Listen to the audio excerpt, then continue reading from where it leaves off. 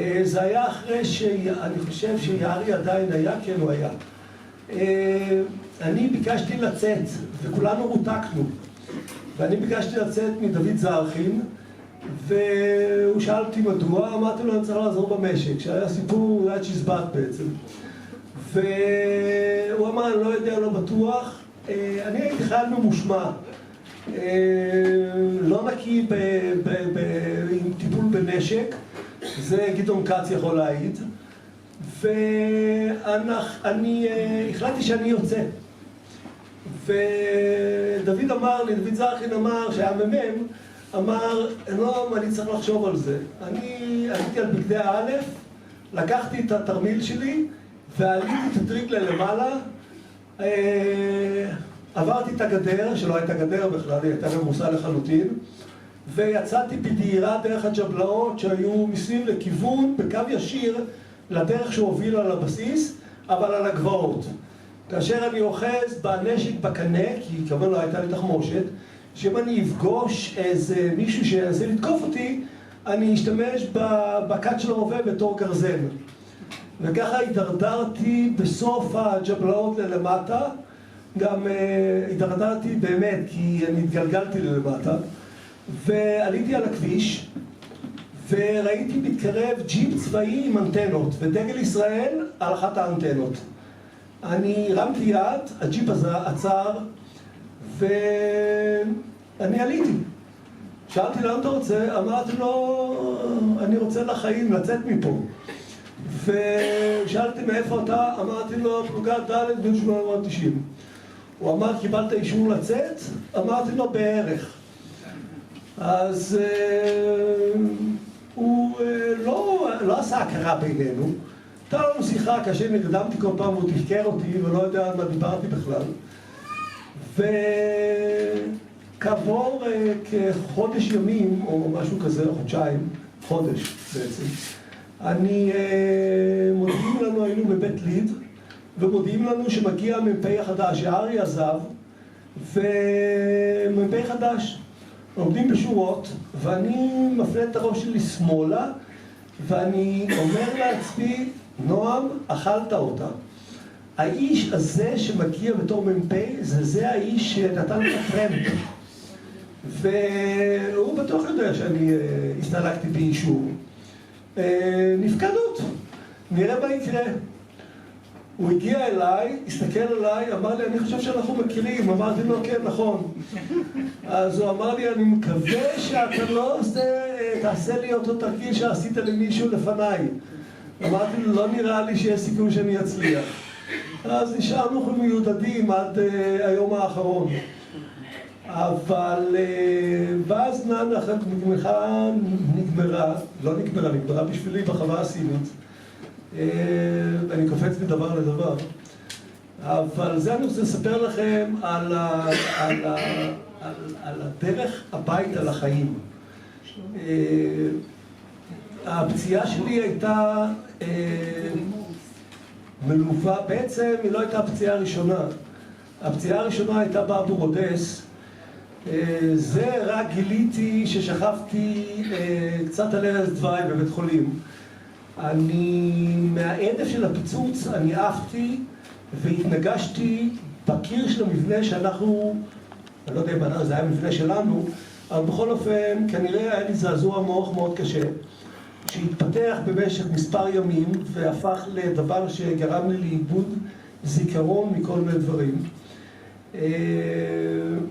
היום שמנו נהרג הייתי גם אני שם, אבל אני הלכתי לאיבוד וכמעט שילמתי בחיי מכיוון שנתקלתי לבד במערב, או שזה לא היה מערב, אולי הם במקרה היו שם חיילים מצרים, שאחד מהם היה מעליי על מצוק וניסה לירות בי, ולמזלי היה לו מעצור או הזנה כפולה של המחסניות, אינני יודע. ועכשיו היה כמו במערב הפרוע, מי יהיה הראשון שיצליח. ההוכחה זה שאני עדיין פה, זאת אומרת שאני הצלחתי, וזה נמשך כמה זמן, כי היו שם עוד חיילים מצרים, וכאשר הגעתי לכוח שלנו בסופו של דבר, ואני זוכר רק חלקים מזה, מכיוון שאינני יכול לזכור גם את הדרך חזרה לאוטובוסים, כי אספו אותנו לאוטובוסים. כי הייתה חשיכה וההליקופטרים לא יכולו לאסוף אותנו כמדומני. ומשם אנחנו המשכנו אחרי מספר ימים לרפידים בטיסה, ואנחנו, אגב אני קפצתי על משהו, הפלוגה חולקה לשתי יחידות.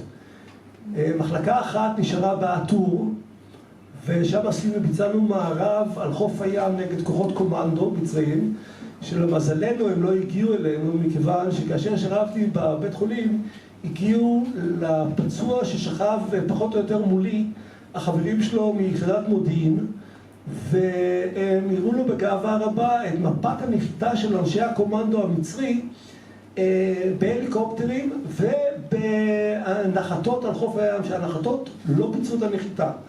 והנחיתה הזאת הייתה צריכה להיות בדיוק דרומית לאתור, בין אתור למכלי נפט. ואנחנו שם שכבנו במערב. והמזל שלנו שלא הגיעו, כי היו משמידים אותנו לחלוטין. בפציעה שלי בחווה הסינית, אני כמובן לא נפצעתי יחיד, אבל מרגישים בדרך יחידים. אני נפצעתי שם פעמיים. פעם אחת אני לא יודע, אולי רבע שעה או פחות מזה, לפני הפציעה המרכזית שלי. אני פילח אותי כדור, אני מסרתי את מכשיר, הייתי רץ ממם, מסרתי את מכשיר הקשר שלי לדוד זרחין ולקלמן, שישבו על הגדה של התעלה, ושם פעם אחרונה גם פגשתי את ג'קי סיסיאן. הוא יצא בריצה עם ה-RPG, הספקתי לומר לו רק שלום, ואני פילח לי את הגב, פגע לי כדור בגב, יצא לי מהחזה, כאשר עשה סיבוב לפני זה גם דרך הכתף, אבל לא הרגשתי בפציעה. אני ירדתי לתעלה למטה ופשוט כנראה איבדתי את ההכרה והתמוטטתי על גדת התעלה הזאת, על הדופן של התעלה, ואז התעוררתי מפיצוצים, והפציעה שלי הסתכמה בפגיעה ביד ימין, ריסוק של יד שמאל, ריסוק של ברך ימין, כולל 4 שברים מתחת לברך, פציעה בכף הרגל, שבר פתוח ברגל שמאל, ועוד איזה רסיס שהגיע אליי לכליה. סליחה? סך הכל. זה סך הכל, כן.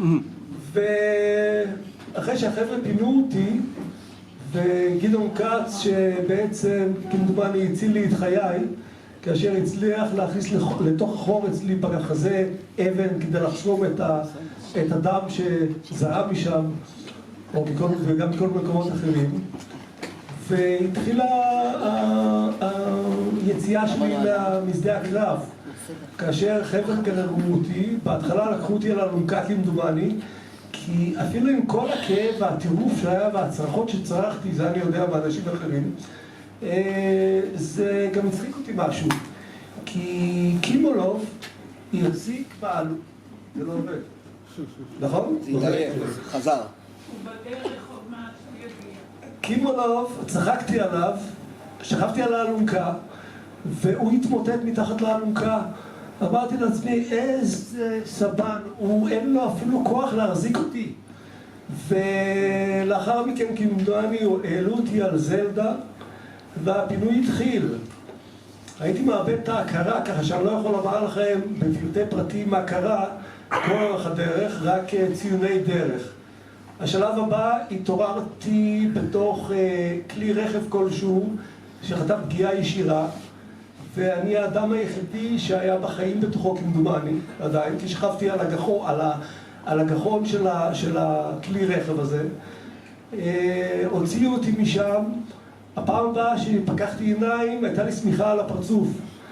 ועם השיניים הצלחתי לתלוש את השמיכה מהפרצוף, ואז שמעתי 2 ענקים שעברו באותו רגע מעליי עם אלונקה, הוא האיש בחיים, החייל הזה בחיים. הרימו אותי והעבירו אותי לאיזשהו מקום אחר.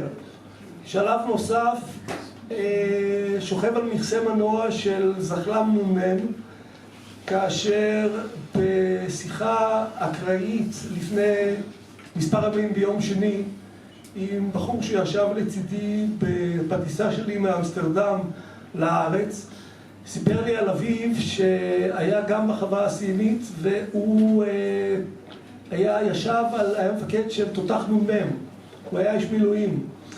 ביקשתי שישאל אותו אם שכב אצלו איזה מישהו על המכסה מנוע. אז כשנחתנו, הוא יצר קשר עם אביו ושאל אותו. אז הוא אמר, תראה, אני לא יכול לומר שאני מכיר את הבן אדם, אבל, בטח שהוא לא יכול להכיר אותי, אבל הוא אמר, היו לי כמה אנשים כאלה על המכסה מנוע, כל פעם מישהו אחר. משם, וכנראה זהו, אני חושב, וכאשר לאחר מכן התעוררתי במשאית שקשרו אותי על הספסל כדי שאני לא אפול. לא יעוף החוצה גם כנראה. כאשר המשאית עוקפת טורים של טנקים ורכבים משוריינים ומשאיות שתקועות בפקק תנועה אדיר. שלב הבא זה אני מתעורר במנחת הליקופטרים, כאשר המנחת חוטף התקפת קטיושות, כולם בורחים, אני לא יכול לברוח, נשאר לשכב, וזהו. מעלים אותי להליקופטר יותר מאוחר, כאשר כל ההליקופטר זה דם וצרחות של אנשים, וכנראה אני הוספתי לקונצרט גם מעצמי, והתעוררתי ברפידים, ורופא טיפל בי. זו הייתה פעם ראשונה כמדומני שקיבלתי מורפיום, והרגיע אותי, ואז הוא נעלם, ופתאום אני מרגיש שנושאים אותי על עגלה, והעגלה מתגלגלת דרך איזה מסדרון, ואני מגיע בחזרה לאותו רופא, משום מה. ואותו רופא אומר לי, תשמע, אני נפרדתי ממך לפני כמה זמן, חזרת לחיים? אמרתי, מה זאת אומרת חזרתי לחיים? הוא אומר, תשמע, אני בדקנו לך דפיקות לב, דופק, זה לא עבד כלום. הכרזנו עליך כהרוג. אנחנו עכשיו מחזירים אותך לארץ, אתה לא יכול להישאר פה.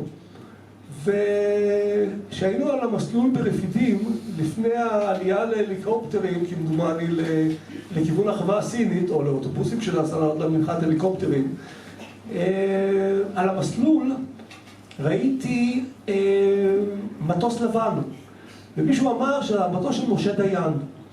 ואני אמרתי, אם הייתי יכול עכשיו להימלט ולעלות המטוס הזה ולחזור בחזרה הביתה, הייתי עושה את זה. ואני פוקח את העיניים ואני רואה שמובילים אותי למטוס הלבן. במטוס הלבן היו הרבה מאוד אנשים. הם כולם היו מחוברים לקירות עם אלונקות, והשלב הבא הייתה התעוררות באמבולנס על המסלולים מסלול טיסה שעזבנו כנראה בשדה התעופה, לא עוד אז, היום בן גוריון. לקח אותי אמבולנס, אני זוכר שעלו עם הליקופטר, צריך לקחת אותו, אז הודיעו שאין הליקופטרים בכלל יותר. אז עם האמבולנס לקחו אותי לא לתל השומר, תל השומר היה מפוצץ לבלינסון. בלינסון איבדתי את ההכרה פעם נוספת, כנראה בדרך, והתעוררתי במסדרון עם הרבה מאוד רעש, הרבה מאוד אנשים רצים, מתרוצצים, אחיות, רופאים, כנראה הם היו אנשי רנטגן, אבל בשבילי כולם היו רופאים. ואני שוכב על עגלת מתכת, ומישהי אומרת לי, נועם, אני אומר לה, נועם, כן. היא אומרת, אתה יודע מי אני? אני אומר לה, גברת, אין לי שמש לא מושג מי. והיא אומרת לי, אני תמר. תמר? כן, אני תמר, הגננת שלך.